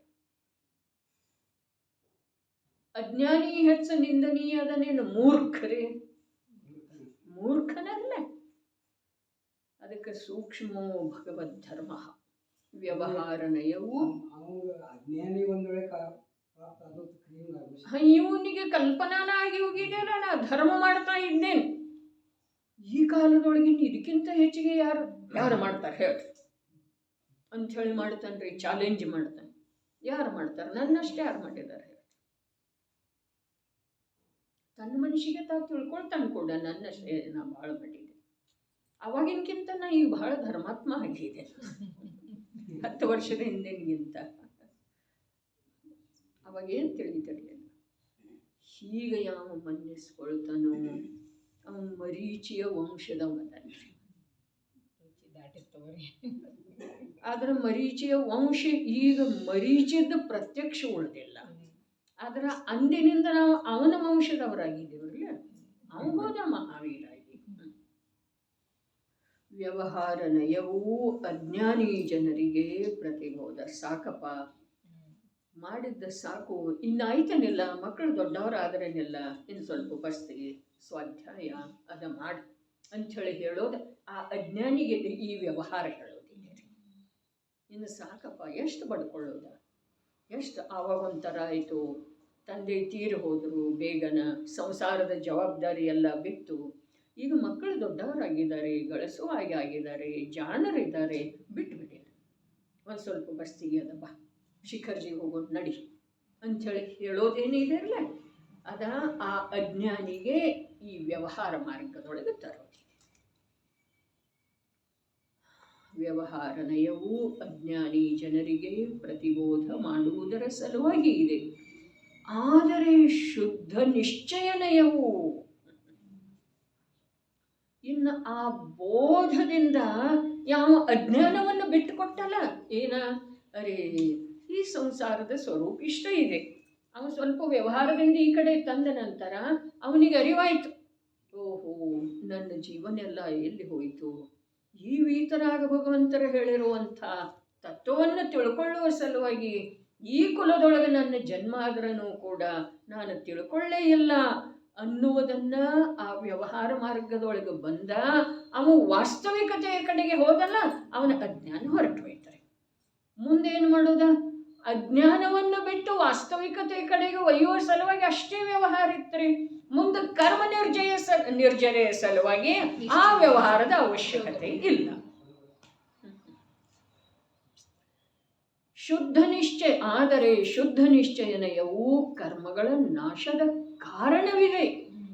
ಆದುದರಿಂದ ಮೋಕ್ಷದ ಅಭಿಲಾಷೆ ಇರಿಸುವಂಥ ನಾನು, ಒಂದು ವೇಳೆ ನಿಮಗೆ ಮೋಕ್ಷದ ಅಭಿಲಾಷೆ ಇತ್ತು ಅಂತಂದ್ರೆ ನೀವು ನಿಶ್ಚಯದ ಆಶ್ರಯ ಮಾಡ್ರಿ ಅಂಥೇಳಿ ಹೇಳಿಲ್ರಿ ಪ್ರಭು. ನಮ್ಮೊಳಗನ ಅದರವ್ರು, ನಮ್ಮೊಳಗೆ ಬಂದರ್ರೆ ಯಾವುದರ ಸಲುವಾಗಿ, ನಮ್ಮೊಳಗೆ ಯಾವುದರ ಸಲುವಾಗಿ ಬಂದರು? ನಮ್ಮ ಅಜ್ಞಾನವನ್ನು ಬಿಡಿಸುವ ಸಲುವಾಗಿ. ನಮ್ಮೊಳಗೆ ಯಾವುದರ ಸಲುವಾಗಿ ಬಂದರು? ನಮ್ಮ ಅಜ್ಞಾನವನ್ನು ಬಿಡಿಸುವ ಸಲುವಾಗಿ. ಆದ್ರೆ ನಾವು ಅಜ್ಞಾನವನ್ನು ಬಿಟ್ಟಿದ್ದೇವೇನ, ಎಷ್ಟು ಬಿಟ್ಟಿದ್ದೆವು, ಬಿಟ್ಟ ನಂತರ ಮತ್ತೇನು ಮಾಡಬೇಕು ಅದೆಲ್ಲ ನೋಡೋದು ಅವ್ರ ಕೆಲಸ. ಅವರು ತಮ್ಮ ಕೆಲಸದೊಳಗಿನ ಸಾವಧಾನ ಅದರ್ರಿ. ವ್ಯವಹಾರ ಹೀಗೆ. ಆದುದರಿಂದ ಮೋಕ್ಷದ ಅಭಿಲಾಷೆ ಇರಿಸುವಂಥ ನಾನು ಎಂದರೆ ಪದ್ಮನಂದಿಯು ನನ್ನ ನಿಮಿತ್ತ, ನನ್ನ ಸಲುವಾಗಿ ನಾನೇನು ಮಾಡ್ತೇನೆ ಈಗ, ಶುದ್ಧ ನಿಶ್ಚಯನಯದ ಆಶ್ರಯದಿಂದ ಪ್ರಯೋಜನಭೂತವಿರುವ ಆತ್ಮಸ್ವರೂಪದ ವರ್ಣನೆ ಮಾಡುತ್ತೇನೆ. ಯಾರಿಗೆ? ನನ್ನ ನಿಮಿತ್ತ ಅಂತ ಹೇಳಿ ಹೇಳಿದ್ರಲ್ಲ, ಮತ್ತಿನ್ನೇನು ಇದಕ್ಕಿಂತ ಹೆಚ್ಚಿಗೆ ಏನಿದೆ? ನನ್ನ ನಿಮಿತ್ತವಾಗಿ ನಾನೇನು ಮಾಡ್ತೇನೋ ಆತ್ಮಸ್ವರೂಪದ ವರ್ಣನೆ ಮಾಡ್ತೇನೆ. ಯಾವುದರ ಸಲುವಾಗಿ? ಶುದ್ಧ ನಿಶ್ಚಯದ ಸಲುವಾಗಿ, ಕರ್ಮ ನಿರ್ಜರೆಯ ಸಲುವಾಗಿ, ಮೋಕ್ಷದ ಪ್ರಾಪ್ತಿಯ ಸಲುವಾಗಿ ಏನು ಮಾಡ್ತೇನೋ ಆತ್ಮಸ್ವರೂಪದ ವರ್ಣನೆ ಮಾಡ್ತೇನೆ. ವರ್ಣನೆ ಮಾಡೋದಂತಂದ್ರೆ ಏನ್ರಿ? ಇನ್ನ ಆತ್ಮಸ್ವರೂಪದ ವರ್ಣನೆ ಮಾಡೋದಂತಂದ್ರೆ ಏನು? ಅಶುಭದಿಂದ ಬಿಟ್ಟಾಯಿತು, ಶುಭದೊಳಗೆ ಬಂದಾಯಿತು, ಶುಭದ ಸಾಕಷ್ಟು ರೂಢಿ ಆಯಿತು, ಶುಭದ ಮೂಲಕ ಶುದ್ಧದ ನಿರ್ಣಯ ಆಯಿತು, ಶುದ್ಧದೊಳಗೆ ಹೇಗೆ ಹೋಗೋದನ್ನೋದರದ ಅತ್ಯಂತ ಪರಿಚಿತ ಆಯಿತು ಮಾರ್ಗ. ಇನ್ನು ಮೇಲೆ ಆ ಮಾರ್ಗದ ಮೇಲೆ ನಾನು ಸಾಗಿ ಹೋಗ್ತೇನೆ.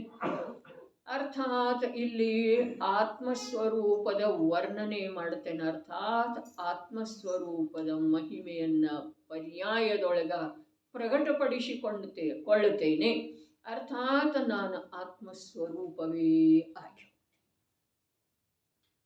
ನಾನು ನನ್ನ ರೂಪದಿಂದ ಉಳಿತೇನೆ. ನಿನ್ನೆ ಹೇಳಿದ್ದಿತ್ತಲ್ಲ, ಪರ್ಯಾಯ ದ್ರವ್ಯದ ವರ್ಣನೆ ಮಾಡೋದು ಅರ್ಥಾತ್ ದ್ರವ್ಯಕ್ಕೆ ಸಮರ್ಪಣೆ ಆಗೋದು. ದ್ರವ್ಯದ ವರ್ಣನೆ ಮಾಡೋದು, ಜಲಬಿಂದು ಜಲದ ವರ್ಣನೆ ಮಾಡೋದು ಅರ್ಥಾತ್ ಅದರೊಳಗೆ ಅಭೇದ ಆಗಿ ಹೋಗೋದು. ಇದುವೇ ವರ್ಣನೆ ಇದೆ. ವರ್ಣನೆ ಅಂದ್ರೆ ಏನಿದೆ ಇಲ್ಲಿ ನೋಡ್ರಿ, ಶಬ್ದ ಲೌಕಿಕದೊಳಗೆ ಯಾವ ಅರ್ಥ ಕೊಡ್ತಿದೆ ಆ ಅರ್ಥದ ಅನುಸಾರ ಯಾವುದೇ ತರ್ಕ ಮಾಡೋದು ಇಲ್ಲ. ವರ್ಣನೆ ಮಾಡೋದ ಅರ್ಥಾತ್ ನನ್ನ ಸ್ವಭಾವ ಮೂಲ ಹೇಗಿದೆಯೋ ಹಾಗೆ ಉಳಿತೇನೆ. ಅರೇ ದ್ರವ್ಯದ ಮಹಿಮಾ ಮಾಡ್ತೇನೆ ಅಂತಂದ್ರೆ ಏನ? ದ್ರವ್ಯ ಯಾವ ಪ್ರಕಾರ? ಅನ್ಯದೊಳಗೆ ಯಾವುದೇ ಕಾರ್ಯ ಮಾಡ್ಲಿಕ್ಕೆ ಹೋಗೋದಿಲ್ಲ. ಅದೇ ಪ್ರಕಾರ ಅದೇ ಯಾವುದರೊಳಗೆ ಅನ್ಯದೊಳಗೆ ಅರ್ಥಾತ್ ಪರದ್ರವ್ಯದೊಳಗಂತೂ ಇಲ್ಲ. ಆದರೆ ದ್ರವ್ಯ ತನ್ನ ಪರ್ಯಾಯದೊಳಗೂ ಕೂಡ ಹಸ್ತಕ್ಷೇಪ ಮಾಡ್ಲಿಕ್ಕೆ ಹೋಗೋದಿಲ್ಲ. ಹೋಗ್ತಿದೆ ಏನ್ರಿ? ಇಲ್ಲ. ಹಾಗಾದ್ರೆ ಈ ಪರ್ಯಾಯ ಆ ದ್ರವ್ಯದ ಹಾಗೆ ಯಾವುದರೊಳಗನು ಹಸ್ತಕ್ಷೇಪ ಅರ್ಥಾತ್ ಯಾವುದರದ್ದು ವಿಕಲ್ಪ ಮಾಡದೆ ಇರೋದೇನಿದೆ ಅದ ವರ್ಣನೆ ಇದೆ ಅನ್ರಿ, ಅಥವಾ ಕರ್ಮ ನಿರ್ಜರೆ ಉಪಾಯ ಅನ್ರಿ, ಅಥವಾ ಶುದ್ಧ ನಿಶ್ಚಯ ನಯದ ಅವಲಂಬನೆ. ಏನು ಹೇಳ್ತು? ದ್ರವ್ಯ ಯಾವ ಪ್ರಕಾರ? ಇಲ್ಲಿ ಆತ್ಮಸ್ವರೂಪದ ಅಂದ್ರಲ್ಲ, ಆತ್ಮನ ಸ್ವರೂಪ ಅರ್ಥಾತ್ ಪರ್ಯಾಯದ್ದನ ದ್ರವ್ಯದ್ದರೆ ಪರ್ಯಾಯದ್ದನ. ಆದ್ರ ಪರ್ಯಾಯ ಏನಿದೆ? ಸಮಯದ ದ್ರವ್ಯ ಇದೆ ಪ್ರಭು. ಸಮಯದ ದ್ರವ್ಯನೇ ಇದೆ. ಆ ಪರ್ಯಾಯವನ್ನು ಬಿಟ್ಟ ದ್ರವ್ಯದ ವಾಸಸ್ಥಾನ ಇನ್ನೊಂದು ಯಾವುದೂ ಇಲ್ಲ, ಯಾವ ಕಾಲದೊಳಗನೂ ಇಲ್ಲ ಸುಧಾತಾಯಿ. ಪರ್ಯಾಯವನ್ನು ಬಿಟ್ಟ ದ್ರವ್ಯ ಎಲ್ಲಿ ಸಿಗ್ತಿದೆ? ಎಲ್ಲಿ ಹುಡುಕೋದ? ಅದರ ವಾಸಸ್ಥಾನ ಇನ್ನೊಂದು ಯಾವುದೂ ಇಲ್ಲವೇ ಇಲ್ಲ, ಯಾವಾಗೂ ಇಲ್ಲ. ಜೀವ ಜ್ಞಾನ ಸ್ವಭಾವಿ ಇದ್ದಾನೆ ಅಂಥೇಳಿ ಹೇಳಿದರಲ್ಲ. ಜ್ಞಾನ ಸ್ವಭಾವಿ ಅಂದ್ರೆ ಏನ? ಪರ್ಯಾಯದೊಳಗೆ ಯಾವ ಜ್ಞಾನ ಇದೆ ಅದು. ಹಾಗಾದ್ರೆ ಜೀವ ಅಂದ್ರೆ ಏನ? ಪರ್ಯಾಯದೊಳಗೆ ಎಷ್ಟು ಜ್ಞಾನ ರೂಪದಿಂದ ಅವನು ಪ್ರಗತಿದ್ದಾನೋ ಅಷ್ಟೇ ಜೀವ ಇದ್ದಾನೆ. ಆತ್ಮಸ್ವರೂಪದ ವರ್ಣನೆ ಮಾಡ್ತೇನೆ. ಅರ್ಥಾತ್ ನನ್ನ ಪ್ರಗಟ ರೂಪೇನಿದೆಯಲ್ಲ, ನನ್ನ ಪ್ರಗಟ ರೂಪ ಅದರೊಳಗ ನನ್ನ ಎಂಥ ಆನಂದ ನಿರಾಕುಲ ಶಾಂತಿ ಇದೆಯೋ ಅದನ್ನು ನಾನು ಪ್ರತ್ಯಕ್ಷ ಮೋಕ್ಷ ಆಸ್ವಾದನೆ ಅನುಭವ ಅದರದ ಸಂಪೂರ್ಣ ಲಾಭ ನಾನು ತಗೊಳ್ತೇನೆ. ಅರೇ ಪರ್ಯಾಯದೊಳಗೆ ಯಾವ ಜ್ಞಾನ ಪ್ರಗಟಿದೆ ಅಲ್ಲ, ಯಾವ ಸ್ವರೂಪ ಆತ್ಮ ಸ್ವರೂಪ, ಆತ್ಮ ಅಂತಂದ್ರೆ ಪ್ರಗಟ, ಸ್ವ ಅಂದ್ರೆ ತನ್ನದೇ ಆದಂಥದ್ದು, ರೂಪ ಅರ್ಥಾತ್ ಜ್ಞಾನ ದರ್ಶನ. ಆ ಜ್ಞಾನ ದರ್ಶನ ಅದರದ ವರ್ಣನೆಯನ್ನು ಮಾಡೋದಿದೆ. ವರ್ಣನೆ ಮಾಡೋದರ್ಥಾತ್ ಅದರಲ್ಲೇ ಇರುವಂಥ ಶಾಂತಿ, ಅದರಲ್ಲೇ ಇರುವಂಥ ಸುಖ, ಅದರಲ್ಲೇ ಇರುವಂಥ ವಿಶ್ವವನ್ನು ಮರೆಸುವ ಯೋಗ್ಯತೆ ಏನಿದೆಯಲ್ಲ, ಅದರೊಳಗೆ ಒಂದಾಗಿ ಹೋಗೋದು ಅಥವಾ ಅದರದ ಸಂಪೂರ್ಣ ಅನುಭವ ಮಾಡೋದು. ಅದ್ಭುತ ವಿಷಯ ಇದೆ. ಆತ್ಮ ಅರ್ಥಾತ್ ಜೀವದ್ರವ್ಯದ ಪರ್ಯಾಯ, ಸ್ವ ಅರ್ಥಾತ್ ಅದೇ ತನ್ನದೇ ತಾನೇ, ರೂಪ ಅರ್ಥಾತ್ ಜ್ಞಾನ ದರ್ಶನ. ಆ ಜ್ಞಾನ ದರ್ಶನದೊಳಗ ನಾನು ಸ್ಥಿರ ಇರುವುದರಿಂದ ಅದರ ವರ್ಣನೆ ಮಾಡೋದು ಅರ್ಥಾತ್ ಅದರ ಆಸ್ವಾದನೆ ಮಾಡೋದು, ಅದರ ಅನುಭವ ಮಾಡೋದು, ಅದನ್ನು ಉಂಡು ತೃಪ್ತಾಗೋದು, ಅದನ್ನು ಕುಡಿದು ಆ ಅಮೃತದ ಪಾನ ಮಾಡಿ ಭವರೋಗದ ನಾಶ ಮಾಡುವುದು ಅರ್ಥಾತ್ ನಾಶ ತಾನಾಗಿ ಆಗ್ತಿದೆ. ಭವರೋಗ ಯಾವ ಕರ್ಮಗಳ ಬಂಧನದಿಂದ ಆಗ್ತಾ ಇದೆಯೋ ಆ ಕರ್ಮಗಳ ಸತ್ತಾ ಏನಿದೆ ಅವುಗಳ ಕ್ರಮದಿಂದ ನಶಿಸಿ ಹೋಗ್ತವೆ. ಕರ್ಮ ನಾಶ ಮಾಡುವ ಸಲುವಾಗಿ ಯಾವುದೇ ಘೋರ ತಪಸ್ಸು ಮಾಡುವ ಅವಶ್ಯಕತೆ ಇಲ್ಲ. ಘೋರ ತಪಸ್ಸಿನ ಅರ್ಥ ಇಷ್ಟ ಇದೆ, ಉಪಯೋಗದೊಳಗ ಪರಿಪೂರ್ಣ ರೂಪದಿಂದ ಯಾವ ಸ್ವಭಾವ ಪ್ರಗಟ ಇದೆಯೋ ಅದನ್ನೇ ಪೂರ್ಣ ರೂಪದಿಂದ ನಂಬೋದ, ಆಸ್ವಾದನೆ ಮಾಡೋದ, ಉಣ್ಣೋದ, ಕುಡಿಯೋದ, ಪರಮ ತೃಪ್ತ, ಪರಮ ಶಾಂತ. ಇದು ವರ್ಣನೆ ಇದೆ.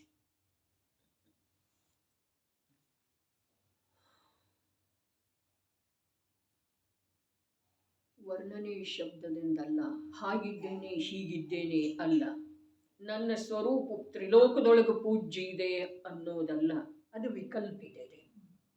ಹಾಗಾದರೆ ವರ್ಣನೆ ಯಾವುದಿದೆ? ತ್ರಿಲೋಕದೊಳಗೆ ಪೂಜ್ಯತೆಗೆ ಪ್ರಾಪ್ತವಾಗುವಂಥ ಸ್ವರೂಪದೊಳಗ ನಿಮಗ್ನ ಆಗೋದು, ಅದರದ ಅನುಭವದಿಂದ ಪರಮ ಶಾಂತ, ಪರಮ ತೃಪ್ತ, ಇಡೀ ವಿಶ್ವದ ಅಭಿರುಚಿಯನ್ನ ಮರೆತು ಹೋಗೋದು. ಯಾವುವು ಪದಾರ್ಥಕ್ಕೆ ಸಂಬಂಧಿಸಿದ ಹಾಗೆ ಯಾವುದೇ ರೀತಿಯ ಅದ್ಭುತ ಇದೆ. ಜ್ಞಾನದೊಳಗ ಪರಪದಾರ್ಥ ಜ್ಞೇಯ ರೂಪದಿಂದ ಗೋಚರಿಸದೇ ಇರುವುದೇ ಪರಪದಾರ್ಥಗಳ ಮಾಡುವಂಥ ಉಪಕಾರ ಇದೆ. ಪರಪದಾರ್ಥಗಳ ತ್ಯಾಗ ಅರ್ಥಾತ್ ಜ್ಞಾನದೊಳಗ ಅವುಗಳನ್ನು ಜ್ಞೇಯ ರೂಪದಿಂದ ಕೂಡ ಧಾರಣ ಮಾಡದೇ ಇರುವುದು.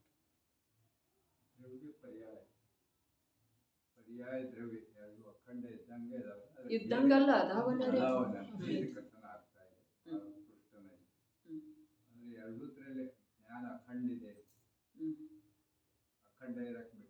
ಇರಬೇಕಲ್ಲ, ಇದೇನಲ್ಲ.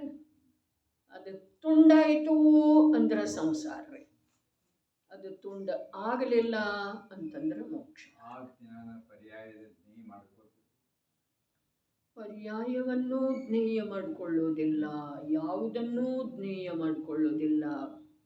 ಜ್ಞಾನ ಜ್ಞಾತಾರೂಪದಿಂದ ಪರಿಣಾಮ ಮಾಡ್ತಿದೆ. ವ್ಯವಹಾರದಿಂದ ಹೇಳಲಾಗುತ್ತದೆ ಜ್ಞಾನದ ಜ್ಞೇಯ ನಿಜ ಧ್ರುವ ತತ್ವ ಇದೆ ಅಂತೇಳಿ. ಧ್ರುವ ತತ್ವ ಏನಿದೆ? ಧ್ರುವ ತತ್ವ ಏನಿದೆ? ಧ್ರುವ ಜ್ಞಾತ ಜ್ಞಾತ ಜ್ಞಾತ ಜ್ಞಾತ ಜ್ಞಾತ ಜ್ಞಾತ. ಜ್ಞಾತಾತನದೊಳಗ ಧ್ರುವತೆ ಯಾವ ಜೀವ ದ್ರವ್ಯದ ಇದೆಯೋ ಆ ಪ್ರಕಾರ ಪರ್ಯಾಯದೊಳಗ ಜ್ಞಾತಾತನ ಜ್ಞಾತಾತನ ಜ್ಞಾತಾತನ ಜ್ಞಾತಾತನವೇ ಉಳಿತು ಅಂತಂದ್ರ ಅದೇನಿದೆ ರೀ, ಅದುವೇ ಧ್ರುವ ತತ್ವವನ್ನ ಜ್ಞೇಯವನ್ನಾಗಿ ಮಾಡಿಕೊಂಡಿತು ಅನ್ನುವ ಭೇದ ರೂಪದ ವ್ಯವಹಾರ ಕಥನೆ ಇದೆ ರೀ. ಇಲ್ಲಿ ಶುದ್ಧ ನಿಶ್ಚಯನೇ ಹೇಳಿದಾರ್ರಿ. ಯಾವುದೇ ಪ್ರಕಾರದಿಂದ ಜ್ಞೇಯ ಕೂಡ ಪರದ್ರವ್ಯದೊಳಗ ಪರದ್ರವ್ಯ ರೂಪದ ಜ್ಞೇಯ ಕೂಡ ಭಾಷಿತ ಆಗದೆ ಇರುವುದೇನಿದೆ, ಇದು ನಿಜವಾಗಿ ಕರ್ಮ ನಿರ್ಜರೆಯ ಉಪಾಯ ರೂಪದ ಶುದ್ಧ ನಿಶ್ಚಯ ನಯದ ಅವಲಂಬನೆ ಇದೆ. ಪರದ್ರವ್ಯದಿಂದ ಸಹಾಯ ಏನೂ ಆಗುತ್ತಿಲ್ಲ. ಪರದ್ರವ್ಯದಿಂದ ಸಹಾಯ ಏನಾಗ್ತಿದೆ ಅಂತಂದ್ರೆ ಅದ ಜ್ಞೇಯ ರೂಪದಿಂದ ಈ ಜ್ಞಾನದೊಳಗ ಬರದೇ ಇರೋದು. ಹಾಗಾದ್ರೆ ಜ್ಞೇಯನ ಇದೆ ಅಲ್ಲ, ಅದ ಇರ್ಲಿಲ್ಲ. ವಿಶ್ವದ ಪದಾರ್ಥಗಳೆಲ್ಲ ಜ್ಞೇಯದವೇ ಇರಲಿ. ಜ್ಞೇಯದ ಅರ್ಥ ನಾನು ತಿಳ್ಕೊಳ್ಳುವಂಥವು, ಹೀಗ ಅರ್ಥ ಅಲ್ಲ. ಜ್ಞೇಯದ ಅರ್ಥ ನನ್ನ ಜ್ಞಾನದೊಳಗೆ ಒಂದು ವೇಳೆ ತಿಳಿದು ಬಂದ್ರೆ ಬರಬಹುದು, ಆದ್ರೆ ಅವುಗಳಲ್ಲೇ ನಾನೇನೂ ಮಾಡೋ ಸಾಧ್ಯ ಇಲ್ಲ, ಅವು ನನಗೇನೂ ಮಾಡೋ ಸಾಧ್ಯ. ಇಷ್ಟು ತಾತ್ಪರ್ಯವನ್ನ ಗ್ರಹಣ ಮಾಡಿಸುವ ಸಲುವಾಗಿ ಬಸ್ ಜ್ಞಾತಾಜ್ಞೇಯ ಸಂಬಂಧ ಇದೆ ಅಂಥೇಳಿ ಹೇಳಿದ್ದಾರೆ. ಹಾಗಾದ್ರೆ ಇವು ಜ್ಞಾತ ಅವು ಜ್ಞೇಯ ಮಾಡಿಕೊಂಡ್ರ ಕರ್ಮ ನಿರ್ಜನೆ ಆಗ್ತಿದೆ, ಏನು ಶಾಂತಿ ನಿರಾಕುಲ ಶಾಂತಿ ಸಿಗ್ತಿದೆ? ಏನೂ ಆಗುವುದಿಲ್ರಿ. ಏನಾಗ್ತಿದೆ? ಆಕುಲತೆ ಆಗ್ತಿದೆ, ಅಶಾಂತಿ ಆಗ್ತಿದೆ, ನವೀನ ಕರ್ಮಗಳದ್ದು ಬಂಧ ಆಗ್ತಿದೆ. ಹೇಳೋದು ಹಾಗಿದೆ ರೀ. ಏನ? ಇವು ಜ್ಞಾತ, ವಿಶ್ವದ ಪದಾರ್ಥಗಳೆಲ್ಲ ಜ್ಞೇಯ. ಆದ್ರೆ ವಿಶ್ವದ ಪದಾರ್ಥಗಳ ಇವನ ಜ್ಞಾನದೊಳಗೆ ಯಾವಾಗ ಜ್ಞೇಯ ರೂಪದಿಂದ ಗೋಚರಿಸುವುದಿಲ್ಲವೋ ಆಗ ಅವನ್ನ ಪ್ರಮೇಯ ಅಥವಾ ಜ್ಞೇಯ ಅಂಥೇಳಿ ಹೇಳೋದು ಸತ್ಯ ಇದೆ. ಇಲ್ಲಿ ಆಚಾರ್ಯ ಭಗವಂತರ ಕರ್ಮ ನಿರ್ಜರೆಯ ಉದ್ಯಮ ಮಾಡ್ತಾ ಇದ್ದಾರೆ. ನಮಗೂ ಸಂಕೇತ ಕೊಟ್ಟರು, ಇನ್ನು ಹೋಗ್ರಿ ನೀವು ನಿರ್ಜರಾಧಿಕಾರದ ಕಡೆ. ನಮ್ಮ ನಿರ್ಜರಾಧಿಕಾರದೊಳಗದೇವ್ರಲ್ಲ, ಅವರು ತಾವು ಕರ್ಮ ನಿರ್ಜರೆಯ ಉದ್ಯಮ ರೇ. ಶುದ್ಧ ನಿಶ್ಚಯನ ಏನಿದೆ ಅದು ಕರ್ಮ ನಿರ್ಜರೆಯ ಕಾರಣ ಇದೆ. ಬಹಳ ಅದ್ಭುತ ರೀ. ಧನ್ಯ ಅನ್ನಿಸ್ತಿದೆ ಜೀವನ. ವ್ಯವಹಾರಣೆಯವು ಅಜ್ಞಾನಿ ಜನರಿಗೆ ಪ್ರತಿಬೋಧ ಮಾಡುವುದರ ಸಲುವಾಗಿ ಇದೆ. ಆದರೆ ಶುದ್ಧ ನಿಶ್ಚಯನಯವು ಕರ್ಮಗಳ ನಾಶದ ಕಾರಣವಿದೆ. ನಿಮಗೇನು ಮಾಡುವುದಿದೆ? ಅರೆ, ಅಜ್ಞಾನವನ್ನು ಬಿಟ್ಟು ವ್ಯವಹಾರ ಮಾರ್ಗದೊಳಗೆ ನಿಲ್ಲೋದಿಲ್ಲ. ಬರೆಯ ಅಜ್ಞಾನದ ಸರ್ವಥಾ ಅಭಾವ, ಅಜ್ಞಾನದ ಕಡೆಗೆ ಇನ್ನು ಹೋಗೋದನ್ನೇ ಇಲ್ಲ. ಅದರ ಸಲುವಾಗಿ ಮಧ್ಯದೊಳಗೆ ವ್ಯವಹಾರ ಮಾರ್ಗ ಇದೆ.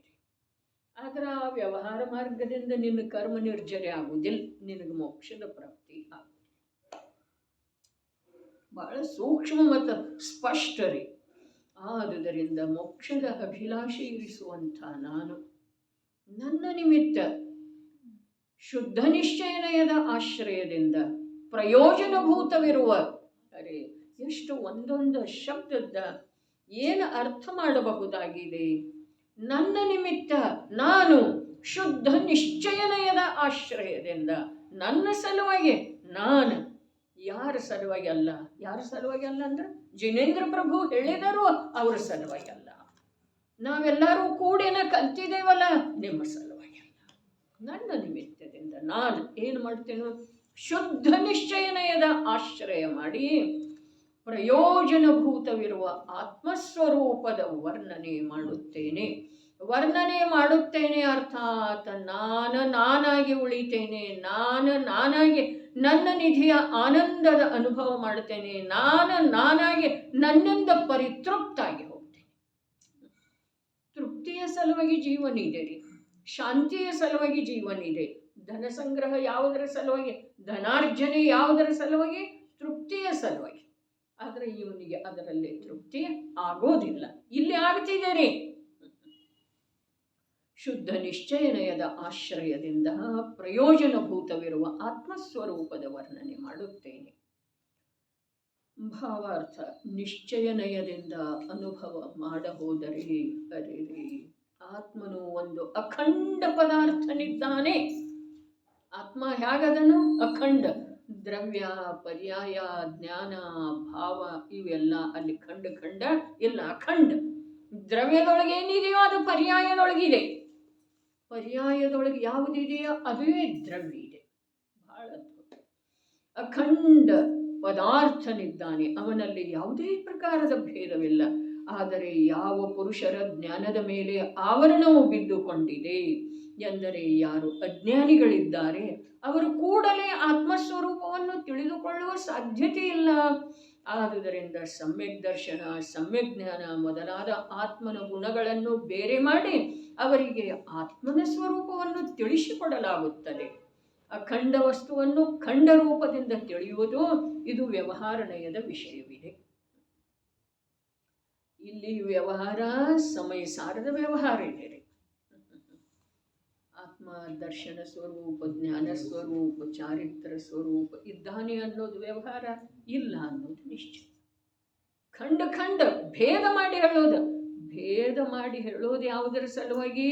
ಅಖಂಡ ಆತ್ಮ ಒಮ್ಮೆಲೆ ಅಜ್ಞಾನಿ ಜೀವದ ಅನುಭವದೊಳಗೆ ಬರುವುದಿಲ್ಲ. ಅದರ ಸಲುವಾಗಿ ಭೇದ ಮಾಡಿ ತಿಳಿಸಿಕೊಡೋದು. ತಿಳಿಸಿಕೊಟ್ಟ ನಂತರ ಕೂಡ ಆ ಭೇದ ಏನಿದೆ ಅದು ಹೊರಟು ಹೋದ್ರನ ಆತ್ಮನ ಪ್ರಾಪ್ತಿ ಅಥವಾ ಅನುಭವ ಆಗೋ ಸಾಧ್ಯತೆ. ಅಖಂಡ ವಸ್ತುವನ್ನು ಖಂಡ ರೂಪದಿಂದ ತಿಳಿಯುವುದು ಇದು ವ್ಯವಹಾರಣೆಯದ ವಿಷಯವಿದೆ. ಆದುದರಿಂದ ವ್ಯವಹಾರಣೆಯವಂತೂ ಮೂರ್ಖರಿಗೆ ತಿಳಿಸಿಕೊಡುವ ಸಲುವಾಗಿ ಇದೆ. ಇಲ್ಲಿ ಮೂರ್ಖರು ಯಾರ? ಮೊದಲ ಅಜ್ಞಾನಿ ಮೂರ್ಖ ಎಲ್ಲ ಹೇಳಿರ್ತಲ್ಲ, ಅದನ್ನ ಧರ್ಮ ಅಂತೇಳಿ ಇವು ನಂಬಿ ಕೂತಿದಲ್ಲ, ಇವು ಮೂರ್ಖನನ್ರಿ. ಅದಕ್ಕೆ ಅವರಿಗೆ ಭೇದ ಮಾಡಿ ಹೇಳೋದು. ಆತ್ಮ ಶುಭದಿಂದ ಸುಖಕ್ಕೆ ಪ್ರಾಪ್ತ ಆಗೋ ಸಾಧ್ಯ ಇಲ್ಲ, ತನ್ನ ಜ್ಞಾನ ಸ್ವಭಾವದ ವಿಶ್ವಾಸ ಮಾಡಿದ್ರೆ ಆಗೋ ಸಾಧ್ಯ ಇದೆ. ಇದು ವ್ಯವಹಾರ. ಈಗ ಮುಂದಿನ ವ್ಯವಹಾರ ರೀ.